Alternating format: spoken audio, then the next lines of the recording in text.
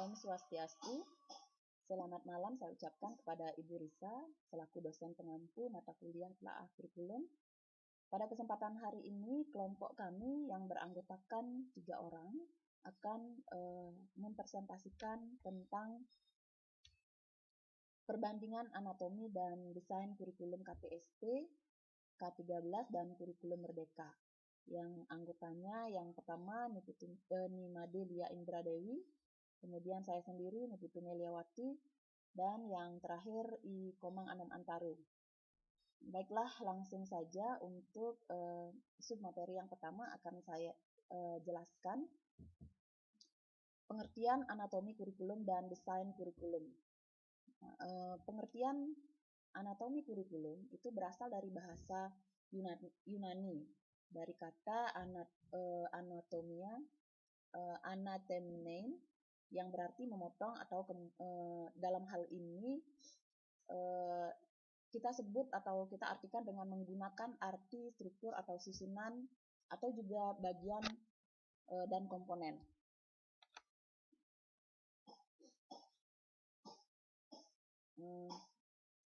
Kemudian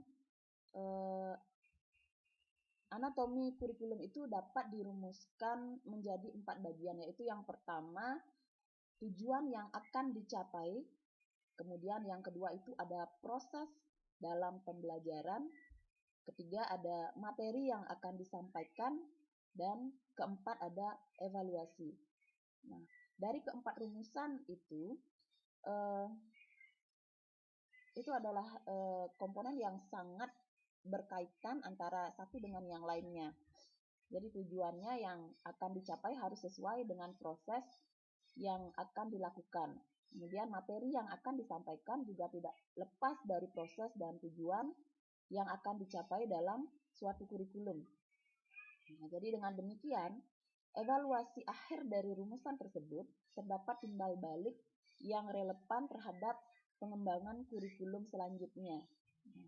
Untuk tujuan akan mengarahkan semua kegiatan pengajaran dan mewarnai komponen-komponen kurikulum lainnya, dan sedangkan rumusan tujuan didasarkan kepada pengembangan tuntutan, kemudian kebutuhan dan kondisi masyarakat untuk mencapai nilai-nilai filosofis, terutama filsafah negara. Kemudian berikutnya desain kurikulum. Jadi desain kurikulum adalah rancangan pola atau model mendesain kurikulum, yang berarti menyusun rancangan atau menyusun model kurikulum sesuai dengan visi dan misi dari sekolah. Nah, dalam mendesain kurikulum ada beberapa model desain kurikulum yang dapat diutarakan. Nah, yang pertama itu adalah desain kurikulum disiplin ilmu, yang mana merupakan desain kurikulum yang berpusat pada pengetahuan atau the knowledge center design yang dirancang berdasarkan struktur disiplin ilmu. Oleh karena itu model desain ini juga dinamakan model kurikulum subjek akademis yang penekanannya diarahkan untuk pengembangan intelektual siswa. Kemudian ada desain kurikulum berorientasi pada masyarakat. Nah, untuk pengertian dari desain kurikulum berorientasi pada masyarakat itu merumuskan desain kurikulum yang berorientasi pada masyarakat, yang merupakan sebuah desain kelompok sosial untuk dijadikan pengalaman belajar anak di dalam kelompok. Kemudian ada desain kurikulum berorientasi pada siswa. Nah, dalam hal ini yang mendasari desain ini adalah bahwa pendidikan diselenggarakan untuk membantu anak didik, yang mana salah satu pakar menyebutkan bahwa sebagai objek utama dalam pendidikan, terutama dalam proses belajar mengajar, peserta didik memegang peranan yang sangat dominan dalam proses belajar mengajar. Jadi peserta didik dapat menentukan keberhasilan belajar melalui penggunaan intelijensi, kemudian daya motorik, kemudian pengalaman, kemampuan dan komitmennya yang timbul dalam diri mereka tanpa paksaan. Kemudian desain kurikulum teknologis. Nah, jadi untuk Desain kurikulum teknologis dalam menyusun kurikulum atau program pendidikan bertolak dari analisis kompetensi yang dibutuhkan untuk melaksanakan tugas-tugas tertentu. Nah, dan materi yang diajarkan, kriteria evaluasi, dan strategi belajarnya ditetapkan sesuai dengan analisis tugas atau job analysis. Baiklah, mungkin itu yang bisa saya sampaikan. Untuk materi berikutnya akan dijelaskan oleh rekan saya, Nimade Lia Indradewi. Untuk waktu, saya persilakan. Terima kasih. Om Swastiastu, selamat malam. Baik, di sini saya akan sebagai presenter kedua di kelompok Protelan, kurikulum SMK Protelan. Jadi saya di sini Nimade Lia Indradewi akan membahas untuk kurikulum 2013 selanjutnya. Baik, saya di sini akan langsung saja untuk share screen-nya.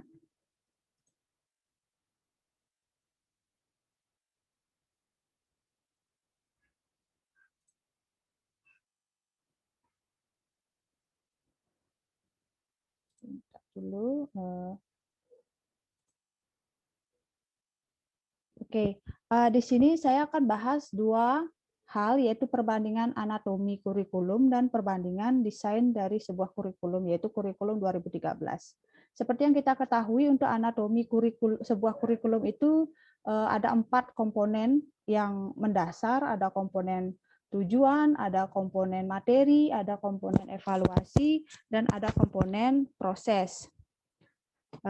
Lanjut saja. Untuk akan saya bahas satu persatu komponen tersebut dan dikaitkan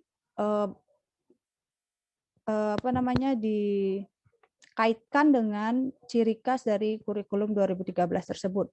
Jadi kurikulum 2013 ini yaitu kurikulum yang berbasis kompetensi. Kompetensi itu maksudnya adalah ada kompetensi dasarnya dari sebuah mata pelajaran yang ada khususnya di SMK kejuruan perhotelan. Jadi ada beberapa kurikulum yang ada beberapa kompetensi yang mendasarinya. Kemudian dengan kurikulum 2013 ini banyak yang mempercayai bahwa kurikulum ini dapat memicu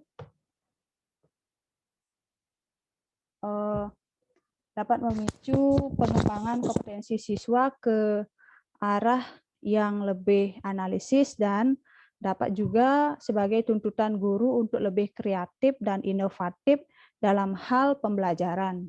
Jadi ini sangat mendukung untuk pengembangan kompetensi yang ada pada peserta didik untuk kurikulum 2013 ini. Jadi begitu pula dengan komponen tujuan ini. Di komponen tujuan kurikulum 2013 yang dikembangkan pada SMK Negeri 1 Tejakula merupakan tujuannya mengacu pada tujuan pendidikan nasional yang ada pada pasal 2 bab 2 Undang-Undang Republik Indonesia nomor 20 tahun 2003 yang dimana tentang sistem pendidikan nasional, bahwa tujuan pendidikan nasional adalah bertujuan untuk berkembangnya potensi peserta didik agar menjadi manusia yang beriman, bertakwa terhadap Tuhan Yang Maha Esa, berakhlak mulia, sehat, berilmu, cakap, kreatif, mandiri, dan menjadi warga negara yang demokratis serta bertanggung jawab. Jadi berdasarkan tujuan itu, maka SMK Negeri 1 Tejakula juga akan dalam rangka penyelenggaraan pendidikan dan pengajaran yang bermutu, terukur, berkesinambungan, dan dapat dipertanggungjawabkan, serta dapat memberikan partisipasi maupun pengendalian untuk terwujudnya satuan pendidikan yang sehat, bermutu, dan memenuhi harapan masyarakat sesuai dengan situasi dan kondisi lingkungan masyarakat pendukung. Jadi, kurikulum 2013 ini merupakan pengembangan dari kurikulum yang sebelumnya sudah diterapkan di masing-masing satuan pendidikan, khususnya di SMK yang dikenal seperti sebelumnya, yaitu kurikulum KTSP. Jadi dari kurikulum KTSP ini akan dikembangkan menjadi kurikulum 2013 yang dimana lebih fokus kurikulum yang berbasis kompetensi dan memicu siswanya itu yang bertujuan agar siswa itu lebih inovatif dan lebih siswa itu ya agar lebih analisis dan lebih eh, observatif sehingga dapat menggali potensi-potensi yang ada pada peserta didik tersebut. Itu merupakan tujuan dari kurikulum 2013. Selanjutnya, untuk komponen materi, kurikulum 2013 ini komponen materinya lebih spesifik lagi dibandingkan kurikulum KTSP karena itu sehingga ada pro dan kontra untuk pengembangan KTSP kurikulum sebelumnya menjadi kurikulum 2013 karena dinilai akan membuat peserta didik lebih banyak lagi untuk jenis-jenis mata pelajaran yang harus ditempuh karena ada beberapa kompetensi yang muncul, ada pengembangan dari contohnya silabus akan dikembangkan menjadi beberapa kompetensi yang lebih banyak lagi sehingga itu untuk kontranya, tetapi ada pro-nya. Jadi siswa akan lebih analisis lagi, lebih observatif lagi sehingga materi-materinya lebih menjurus ke seputaran lingkungan yang di dalam kehidupan peserta didik. Nah, pada struktur kurikulum SMK Negeri 1 Tejakula ini juga terdiri menjadi kelompok-kelompok mata pelajaran, ada kelompok A, ada kelompok B, ada kelompok C. Jadi kelompok A itu bersifat nasional, kelompok B kewilayahan, dan kelompok C yaitu keminatan atau peminatan kejuruan ya. Memang kurikulum 2013 ini adanya juga kelompok peminatan kejuruan itu yang menjadi ciri khas untuk kurikulum 2013. Selanjutnya, untuk komponen proses atau komponen metode, jadi KTSP sebelumnya komponen prosesnya lebih ke gurunya mungkin yang lebih aktif, lebih siswa masih ke teoritis, tetapi kalau di kurikulum 2013 di sini untuk proses atau metode yang digunakan lebih ke scientific based learning. Jadi pendekatan saintifik itu pendekatan secara ilmiah. Jadi siswa akan lebih kritis dan analisis dan berusaha untuk melakukan observasi untuk menemukan sesuatu hal yang baru dari materi yang dia dapat. Seperti itu. Sama juga sehingga peserta didik itu akan lebih memicu untuk bagaimana bertanya, kemudian menalar dan mengkomunikasikan atau mempresentasikan sesuatu hal yang memang dia temukan dalam materi yang diberikan oleh pengajar. Sama halnya seperti yang ada di SMK Negeri 1 Tejakula, yaitu menekankan pendekatan saintifik dan kontekstual. Jadi sumber belajar dan teknologi yang memadai dan memanfaatkan lingkungan sekitar dan sebagai sumber belajar.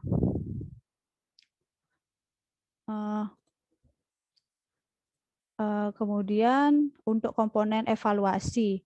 Jadi komponen evaluasi untuk di kurikulum 2013 biasanya sebelumnya yang ada mungkin evaluasi atau pengukuran pencapaian seorang peserta didik dalam menerima pembelajaran itu biasanya mungkin pengetahuan dan keterampilan untuk. Namun di sini akan lebih ke pendidikan karakter kurikulum 2013 ini, jadi ada penilaian sikapnya. Ada 3 penilaian utama, penilaian sikap, penilaian pengetahuan, dan penilaian keterampilan. Jadi di SMK Negeri 1 Tejakula juga ada 3 penilaiannya. Untuk di penilaian penilaian pengetahuannya adalah penilaian harian, tengah semester, dan penilaian akhir semester. Kemudian ada juga penilaian sikap dan penilaian keterampilannya juga, seperti di sini penilaian keterampilan ada penilaian UKK-nya. Nah, itu penilaian keterampilan. Sedangkan untuk penilaian sikap itu dinilai dari penilaian harian, eee, seperti ketika pembelajaran berlangsung bagaimana sikap, dan juga dinilai juga dari mungkin bisa dari teman, seperti itu. Penilaian di sini juga ada komponen evaluasi penilaian, juga dinilai berdasarkan, kompetensi-kompetensinya. Jadi setiap KD akan ada penilaian. Jadi tidak hanya satu penilaian, tapi setiap KD, contohnya ada penilaian harian, nah itu penilaian setiap KD-nya ada. Selanjutnya, nah itu beberapa, eee, komponen untuk 4 komponen untuk di anatomi kurikulum, sedangkan untuk di desain kurikulum, jadi kurikulum 2013 itu desainnya itu lebih, eee, apa ya, lebih, eee, sed eee, lebih analisis lagi dibandingkan kurikulum KTSP.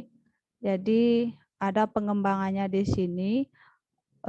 Kalau kurikulum 2013 ini desainnya lebih, eee, mengacu ke fenomena alam, kemudian lebih ke pendekatan ke sosial atau masyarakat, seni dan budaya. Jadi juga, lebih menekankan wawasan lokal, karena, seperti yang kita lihat, wawasan lokal mulai terhimpit dengan wawasan yang datang dari luar. Jadi wawasan lokal mungkin, sekarang sudah mulai dilupakan, jadi peserta didik lebih banyak, mendapatkan wawasan luar tetapi di sini kalau kurikulum 2013 itu lebih ke menekankan untuk peserta didik, memahami itu, mendalami dengan wawasan lokal yang ada.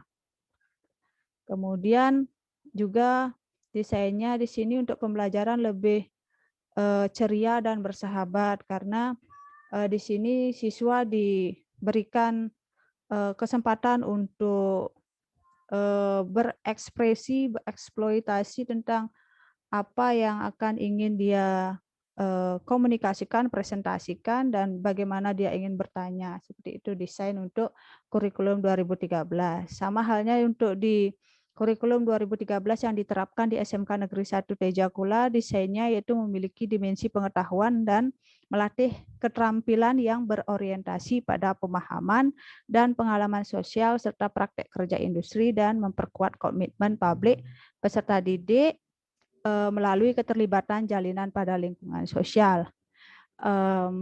Baik, demikian untuk penjelasan perbandingan di anatomi dan desain kurikulum pada kurikulum 2013. Terima kasih atas kesempatannya, saya kembalikan. Om Swastiastu, salam sehat dan sejahtera. Saya Iko Maulana Mentari sebagai presenter ketiga dari kelompok perhotelan yang akan membahas mengenai kurikulum merdeka. Baik, seperti yang dijelaskan oleh Ibu Meli tadi mengenai pengertian anatomi kurikulum dan desain kurikulum. Anatomi kurikulum seperti yang dijelaskan tadi berasal dari bahasa Yunani, yaitu anatomia dari anatemin yang berarti memotong, atau kemudian akan lebih tepat dalam pokok bahasan ini kita sebut atau kita artikan dengan menggunakan arti struktur atau susunan, atau juga bagian atau komponen. Sedangkan desain kurikulum adalah rancangan atau pola dan juga model, serta mendesain kurikulum berarti menyusun rancangan atau menyusun model kurikulum sesuai dengan visi dan misi sekolah. Perbandingan anatomi kurikulum KTSP, K13, dan kurikulum merdeka. Terdapat beberapa komponen, yaitu komponen tujuan, komponen materi, komponen proses, dan komponen evaluasi. Baik, saya akan membahas dari beberapa komponen tujuan, yaitu dari tujuan dari Kurikulum Merdeka 2020 SMK Nusa Dua Doyo Anyar, antara lain seperti berikut ini.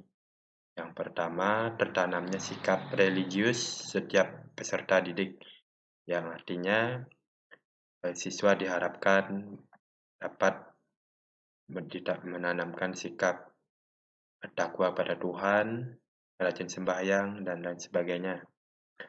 Yang kedua, terciptanya tamatan yang memiliki nilai-nilai kemanusiaan, persaudaraan, demokrasi, keadilan sosial, integritas, dan gotong royong. Dapat diartikan bahwa setelah mengenyam pendidikan, siswa akan mampu saling menolong antara teman, saudara, dan masyarakat. Yang ketiga, terciptanya peningkatan prestasi belajar siswa. Dengan adanya kurikulum merdeka, siswa diharapkan dapat meningkatkan prestasinya yang sebelumnya anjlok dan kemudian bisa ditingkatkan. Yang keempat, terciptanya kompetensi siswa sesuai kebutuhan dunia usaha atau dunia industri. Dengan adanya kurikulum merdeka di industri perhotelan, di sekolah perhotelan, maksud saya, siswa diharapkan dapat berkompetensi sesuai dengan apa yang dibutuhkan oleh industri atau usaha yang ada di sekitar atau di industri pariwisata ini.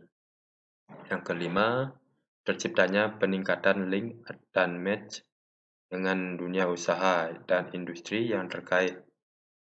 Maksudnya, sekolah dapat menciptakan siswa yang memiliki keahlian dan keterampilan yang sesuai dengan dunia usaha yang dibutuhkan, yang dunia usaha yang ada maupun industri yang ada di sekarang ini. Yang keenam, terlaksananya kelas industri. Yang ketujuh, terserapnya tamatan di dunia usaha dan dunia industri. Setelah mengenyam pendidikan, diharapkan siswa dapat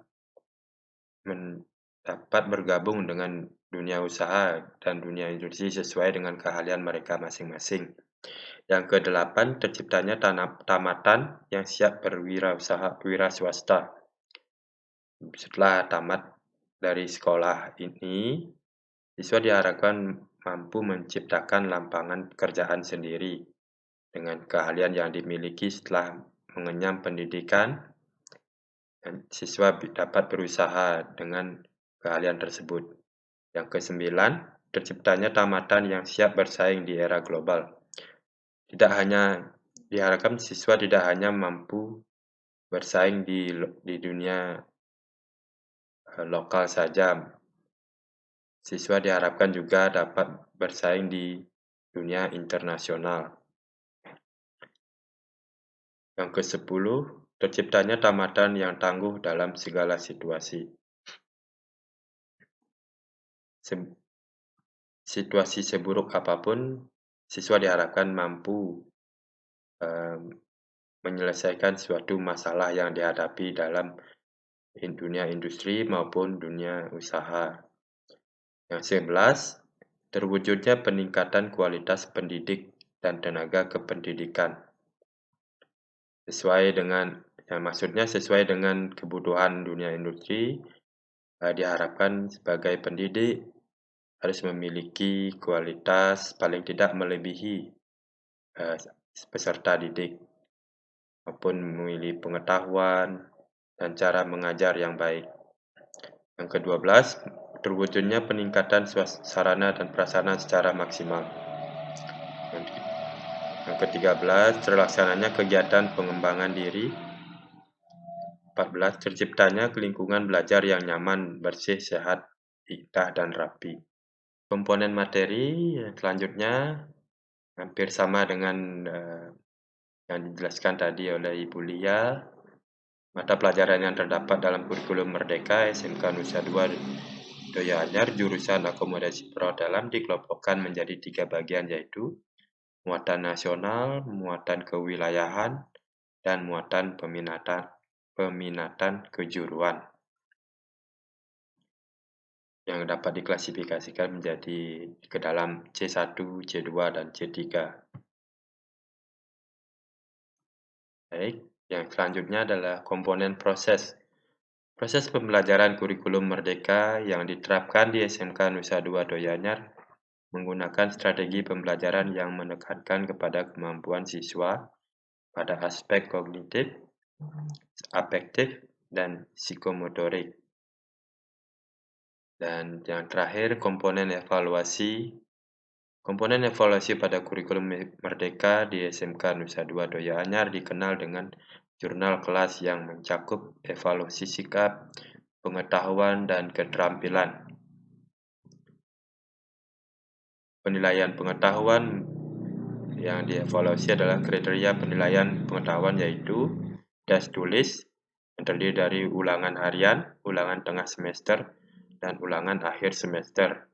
Yang kedua, tes lisan yang bisa diisi dengan wawancara atau tanya jawab secara langsung oleh guru dan peserta didik. Yang ketiga, penugasan, baik tugas di rumah maupun tugas yang di kelas yang diberikan oleh tenaga pendidik. Terakhir, penilaian keterampilan meliputi penilaian untuk kerja dari siswa untuk mata pelajaran produktif. Maksudnya dapat dinilai dari praktek-praktek yang diberikan di sekolah. Baik, sekian presentasi dari kelompok kami. Semoga bermanfaat, dan jika ada yang belum dimengerti bisa ditanyakan. Terima kasih. Om Santi Santi Santi Om.